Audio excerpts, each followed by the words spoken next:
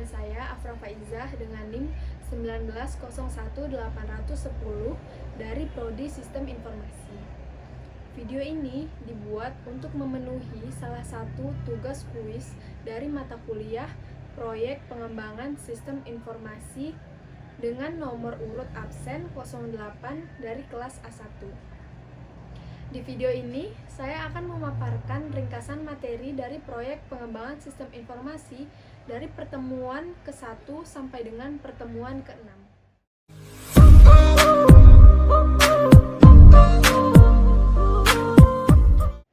Apa sajakah pokok bahasan yang akan saya bahas? Nah, pokok bahasan yang akan saya bahas yaitu ada 6. Yang pertama, tentang pengenalan project management dan project life cycle. Yang kedua, project integration management. Yang ketiga, manajemen cakupan proyek. Yang keempat, cara membuat WBS di software WBS Schedule Pro dan di-convert ke Microsoft Project. Kemudian yang kelima, ada manajemen waktu proyek.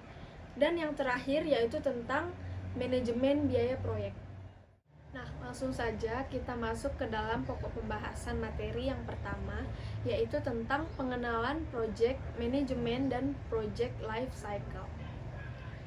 Yang pertama, PMBOK Guide adalah kepanjangan dari Project Management Body of Knowledge, merupakan sebuah standar yang dikenal untuk profesi project manager, atau bisa disebut sebagai dokumen formal yang menguraikan norma-norma yang dibentuk, metode-metode, proses-proses, praktek-praktek, sebagaimana dengan profesi-profesi lain seperti hukum, pengobatan, dan akuntansi.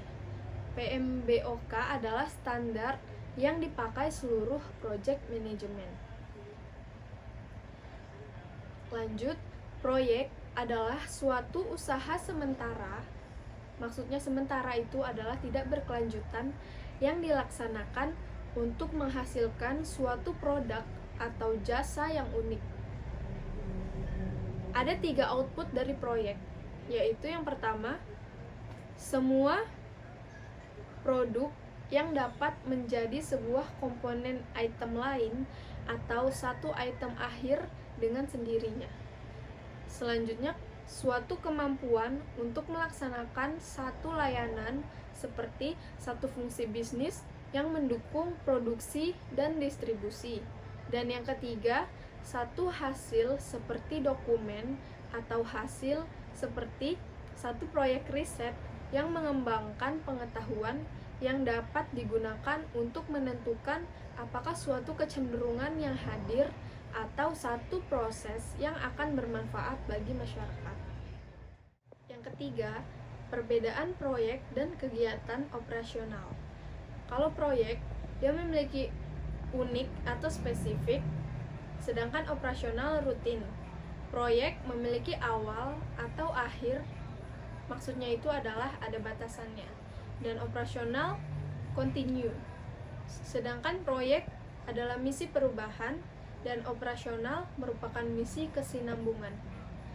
Proyek memiliki sumber daya yang temporer atau sementara, sedangkan operasional memiliki sumber daya yang permanen. Proyek fokus pada efektivitas dan sedangkan operasional fokus pada efisiensi. Dan perbedaan yang terakhir, proyek itu penugasannya berdasarkan sasaran, sedangkan operasional penugasannya sesuai peran atau fungsi. Yang keempat, proyek adalah aplikasi atau implementasi dari pengetahuan, keterampilan, perangkat, dan teknik pada suatu aktivitas proyek untuk memenuhi kebutuhan atau tujuan suatu proyek. Ada 10 knowledge area dalam manajemen proyek berdasarkan buku PMBOK versi 5.0.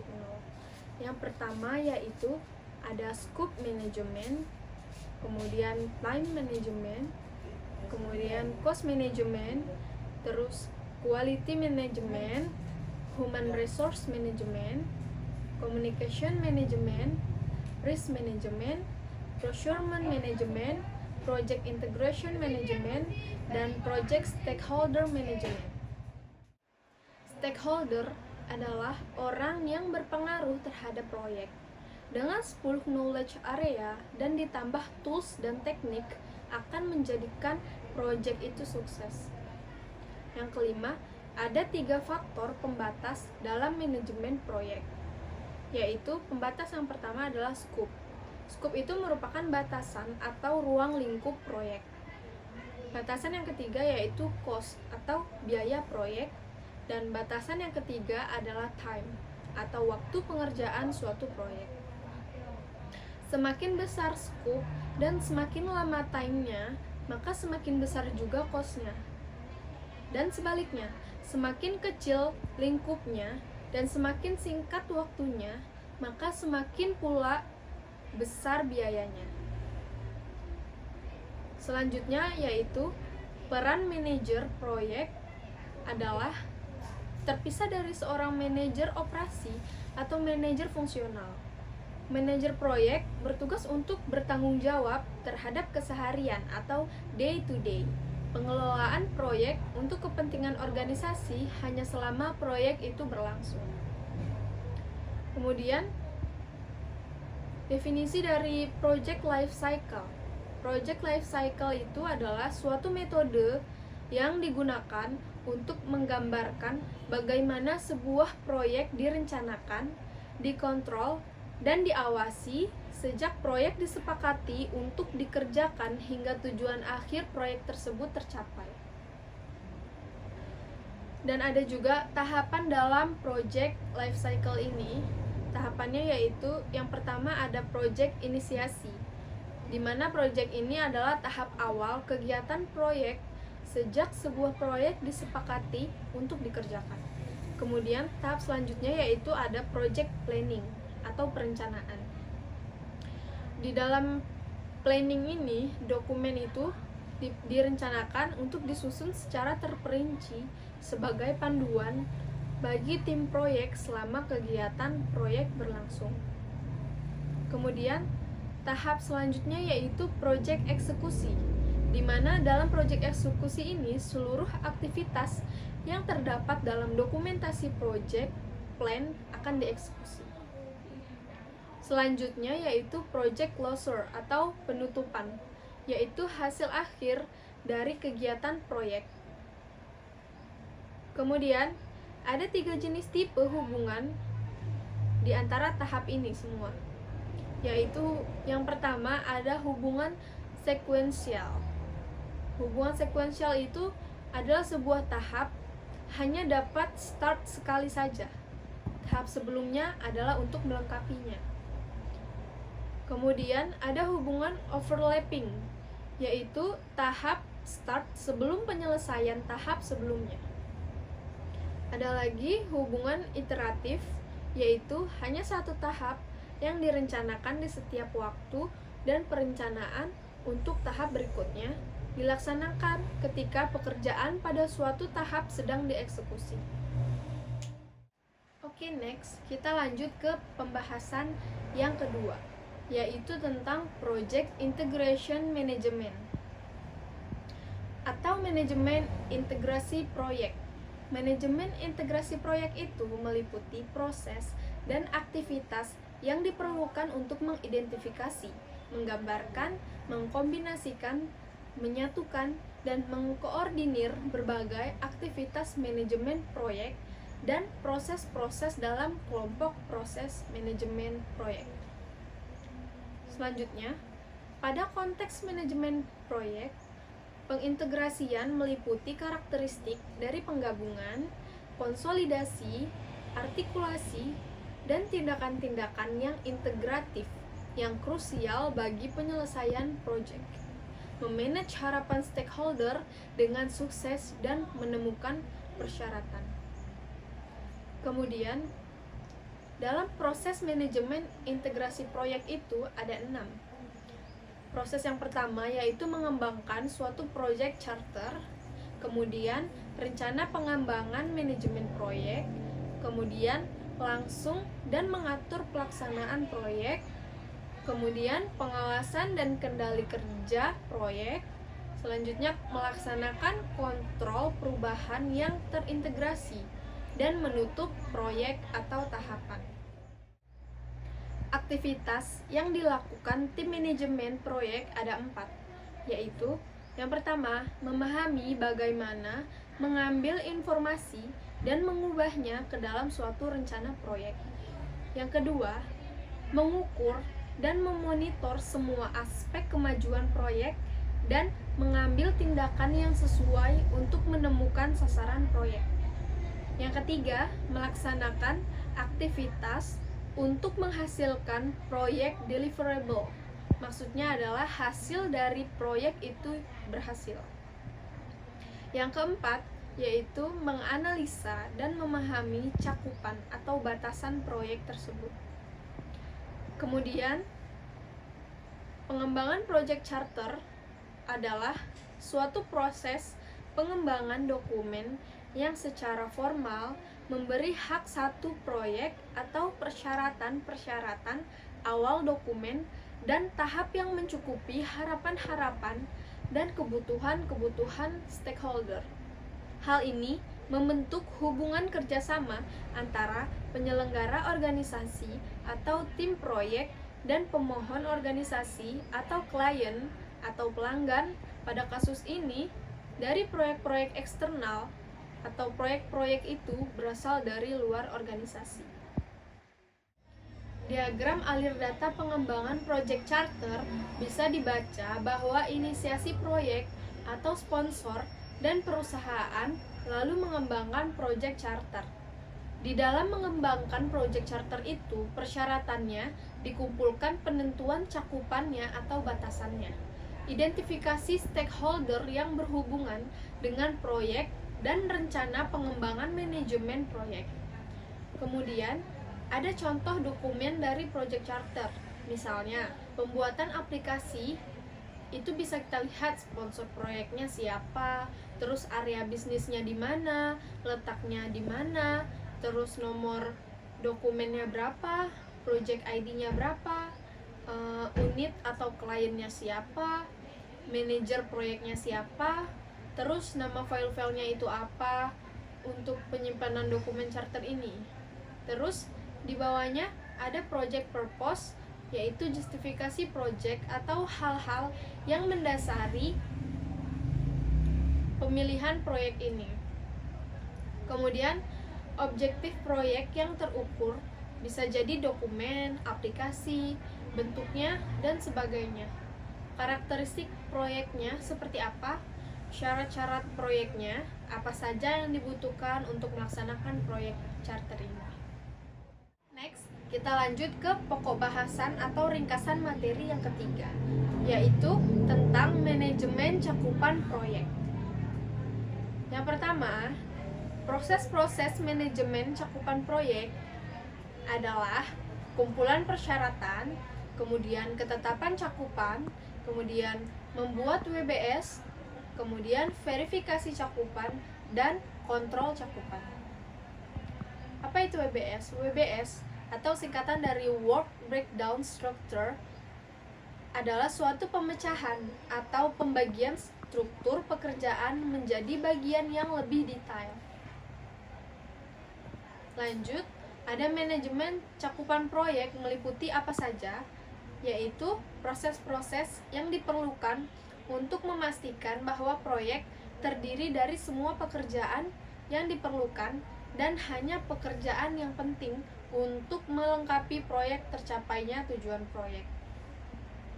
Lanjut, ada manfaat penyusunan dari WBS di awal perencanaan proyek, antara lain untuk memperoleh gambaran umum secara jelas mengenai cakupan pekerjaan proyek sehingga memulai anggota proyek dari stakeholder memahami tentang proyek. Kemudian, dengan adanya tampilan detail pekerjaan pada WBS akan memudahkan dalam membuat pekerjaan resiko proyek, penjadwalan, serta membantu penyusunan anggaran biaya proyek. Selanjutnya, pernyataan cakupan proyek atau scope statement itu mendefinisikan bahwa pekerjaan dalam proyek dan merincinya untuk dijadikan dasar keputusan proyek selanjutnya. Analisis produk dapat digunakan untuk mendefinisikan cakupan proyek. Seringkali dibutuhkan pendapat ahli untuk merumuskan cakupan proyek itu dengan tepat. Kemudian, ada sasaran manajemen proyek. Apa saja sasaran manajemen proyek?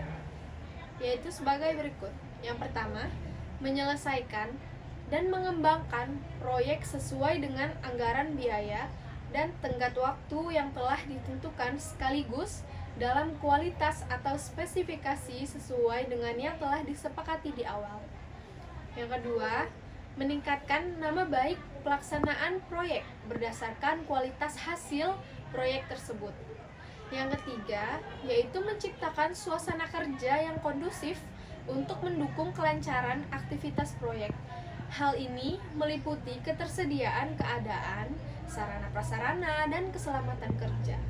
Yang keempat, yaitu menjaga keharmonisan antara pihak dalam proyek sehingga seluruh pihak terlibat akan memberikan yang terbaik untuk proyek yang sedang dijalankan. Dan pembahasan yang terakhir yaitu kesuksesan proyek secara langsung dipengaruhi oleh kepedulian yang diambil dalam menentukan, memanage persyaratan-persyaratan produk dan proyek. Persyaratan meliputi harapan-harapan dan kebutuhan sponsor, pelanggan, dan stakeholder lain yang didokumentasikan dan terukur. Oke, next, kita lanjut ke pokok pembahasan atau ringkasan materi yang keempat, yaitu tentang cara membuat WBS di software WBS Schedule Pro dan di-convert ke Microsoft Project. Cara membuat WBS yang pertama, kita memilih insert, lalu kita memilih text after. Kemudian, kita bisa mengetik judulnya. Misalkan judulnya Project Summary. Kemudian untuk membuat subnya, pilih subtext, tetapi pastikan kursornya di Project Summary, baru kemudian ketik nama subnya. Misalnya nama subnya adalah desain fase. Lalu kita pilih lagi Project Summary-nya dan kita pilih lagi subtext atau pekerjaan yang kedua, yaitu kita beri nama Programming Fase. Kursor berada di Programming Fase, lalu pilih Text After, lalu ketik Testing Fase. Yang ketiga, selanjutnya buat detail pekerjaan masing-masing fase tersebut. Caranya, klik di desain fase yang tadi telah kita buat, kemudian klik Insert dan New Tabs, lalu ketik First Design Fase, dan begitu caranya sama untuk subtext yang lainnya. Kemudian setelah gambaran WBS-nya itu telah selesai, kita convert ke dalam Microsoft Project 2007. Ada di aplikasinya di Word, itu kita tinggal klik di pojok kanan atas yang tertulis Go to Microsoft Project. Kemudian pilih penyimpanannya, lalu ketikkan nama filenya apa, lalu ketik save yang ada di WBS. Yang kita ketik tadi di Microsoft Project, tinggal kita ubah durasinya, startnya, finish, predecessor, dan resource name-nya. Kemudian dalam Microsoft Project, yang pertama sekali kita lakukan adalah mengubah tanggal awal mulai project atau startnya. Untuk yang tulisan bold tidak dapat diubah karena otomatis akan berubah sendiri. Yang bisa diedit itu adalah yang tulisannya tidak bold atau tidak hitam. Kemudian selanjutnya edit durasi. Kemudian kita akan membuat link pekerjaan agar pekerjaan yang satu dengan yang lainnya itu saling berhubungan. Caranya, kita blok dulu yang ingin dibuat linknya, lalu kita bisa pilih link text. Di sini, prosesornya akan muncul otomatis karena Predecessor ini maksudnya prasyarat. Jadi, pekerjaan ini bisa dikerjakan apabila pekerjaan keempat telah dikerjakan. Kemudian, isi resource name-nya atau sumber daya, peralatan yang dibutuhkan atau SDM, sumber daya manusia yang mengerjakan pekerjaan tersebut. Next, kita lanjut ke pokok pembahasan yang keempat, yaitu tentang manajemen waktu proyek. Manajemen waktu proyek meliputi proses yang diperlukan untuk mengatur penyelesaian proyek dengan tepat waktu. Maksudnya adalah kegiatan-kegiatan yang diperlukan untuk menyelesaikan proyek tepat waktu agar nanti waktunya tidak ngaret atau tidak terlambat dan sesuai dengan budget. Kemudian, ada proses pada manajemen waktu proyek ada 6, yaitu gambaran aktivitas, urutan aktivitas, perkiraan sumber daya aktivitas, perkiraan jangka waktu aktivitas, jadwal pengembangan, dan kendali jadwal atau kontrol jadwal. Kemudian, gambaran aktivitas. Gambaran aktivitas itu menggambarkan aktivitas adalah proses mengidentifikasi tindakan spesifik yang dilakukan untuk menghasilkan deliverables. Jadi, di sini diidentifikasi proses-proses atau kegiatan-kegiatan yang spesifik untuk dilakukan dalam proyek tersebut agar menghasilkan deliverable suatu hasil. Gambaran aktivitas ini menyediakan suatu dasar untuk perkiraan penjadwalan, pelaksanaan, dan pemantauan serta pengontrolan pekerjaan proyek. Kemudian, urutan aktivitas. Urutan aktivitas adalah suatu proses mengidentifikasi hubungan-hubungan dokumen di antara aktivitas proyek. Dapat dilakukan dengan menggunakan perangkat lunak pada manajemen proyek atau dengan menggunakan manual atau teknik-teknik yang diotomatiskan. Kemudian ada perkiraan aktivitas sumber daya. Aktivitas sumber daya ini adalah proses perkiraan jumlah dan jenis material, orang-orang, peralatan, atau persediaan yang diperlukan untuk melaksanakan masing-masing aktivitas. Nah, di sini dihitung, diperkirakan, diestimasikan jumlah materialnya, jumlah orangnya, jumlah peralatannya, dan juga jenis-jenis materialnya apa saja yang dibutuhkan. Kemudian ada perkiraan jangka waktu aktivitas. Perkiraan jangka waktu aktivitas ini adalah sebuah proses untuk memperkirakan banyaknya periode-periode pekerjaan yang diperlukan untuk melengkapi aktivitas individu dengan sumber daya yang diperkirakan. Perkiraan jangka waktu aktivitas ini menggunakan informasi pada cakupan aktivitas dari pekerjaan, tipe sumber daya yang diperlukan, memperkirakan jumlah sumber daya, dan jadwal penggunaan sumber daya. Kemudian ada jadwal pengembangan. Jadwal pengembangan adalah proses urutan-urutan aktivitas penelitian, jangka waktunya, persyaratan-persyaratan sumber dayanya, dan batasan-batasan jadwal untuk menciptakan jadwal proyek. Memasukkan aktivitas, jangka waktu, dan sumber daya ke dalam alat bantu penjadwalan guna menghasilkan satu jadwal yang direncanakan dalam pelaksanaan aktivitas proyek. Kemudian ada kendali jadwal atau control schedule.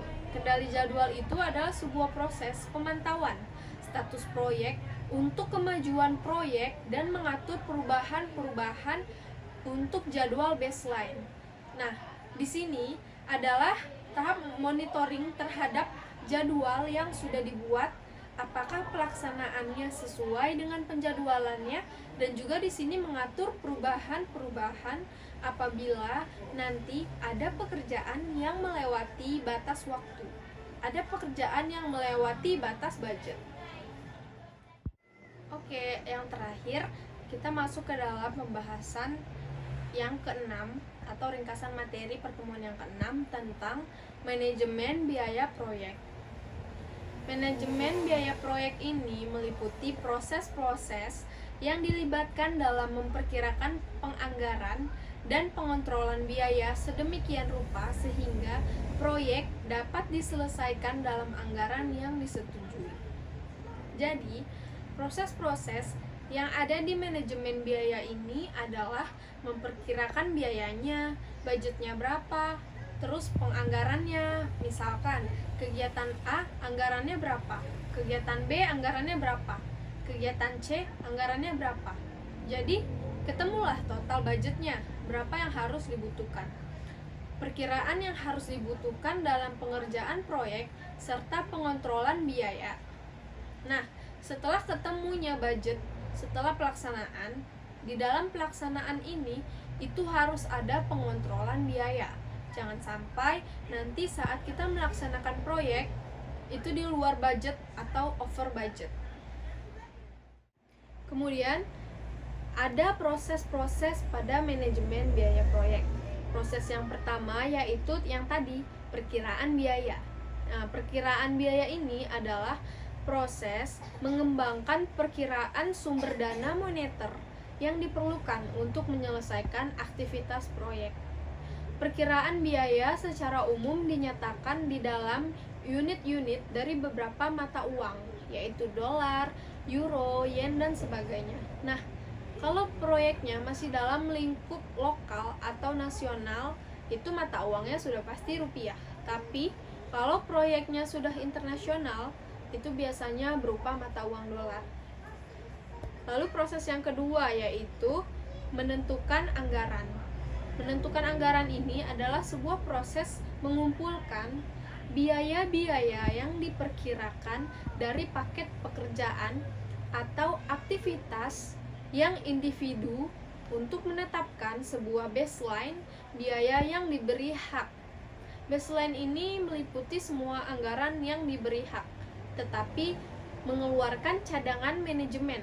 Maksudnya, dari setiap kegiatan itu punya haknya untuk dianggarkan biayanya berapa, tetapi juga berhak mengeluarkan cadangan manajemennya juga. Artinya, setiap kegiatan itu punya cadangan manajemennya, cadangan di biayanya.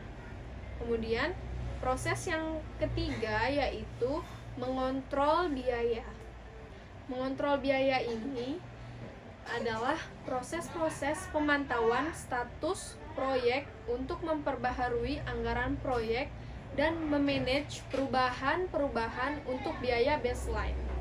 Dari biaya yang sudah dikeluarkan, itu dipantau status proyeknya, apakah sudah done, dikerjakan, sudah selesai, ataukah masih berjalan sesuai dengan waktu dan budgetnya.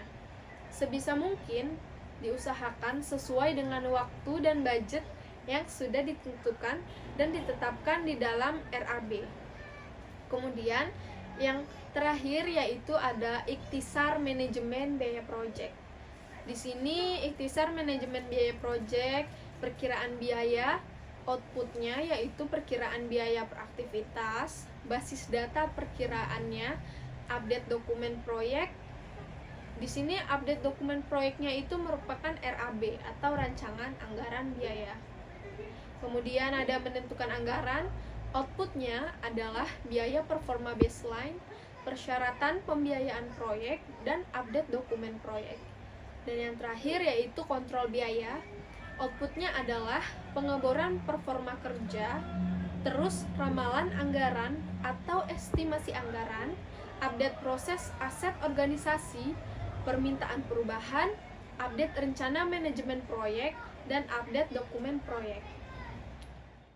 Nah, itu tadi materi pertemuan 1 sampai dengan pertemuan 6 yang telah saya paparkan. Untuk kekurangannya, saya mohon maaf apabila ada salah-salah kata. Wassalamualaikum warahmatullahi wabarakatuh.